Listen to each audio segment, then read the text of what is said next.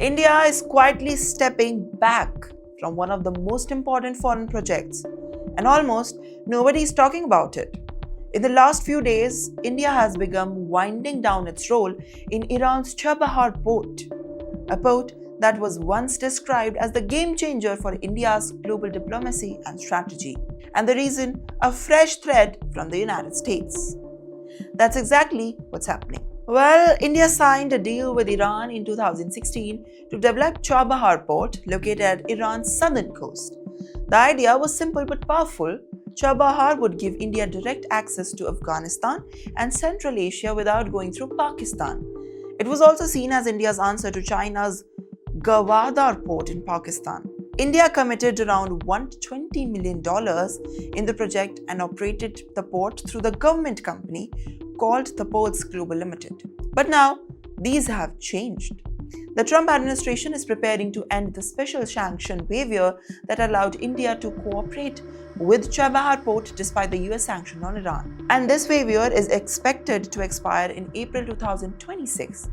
On top of that, President Trump has announced 25% tariffs on countries doing business with Iran, citing Iran's violent crackdown on the protest. That's where the pressure builds. And let me tell you, Indian officials fear that continuing operations at Chabahar could actually expose Indian companies, public sectors, and officials, and even directors of the US Secretary Sanctions. Well, as precautions, all government-nominated directors have actually resigned from the port company, and India is scaled back to its operational rights. Let me tell you, there's a twist.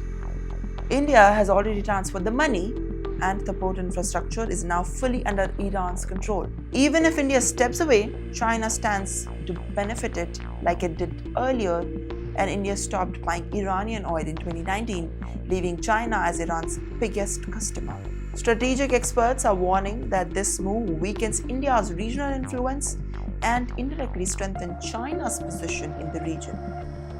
India's government says that it's not just political decisions but a legal strategy necessarily for the global geopolitics.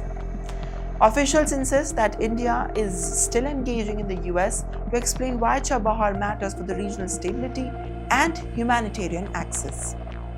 But without the sanctions relief, India's hands appear tied.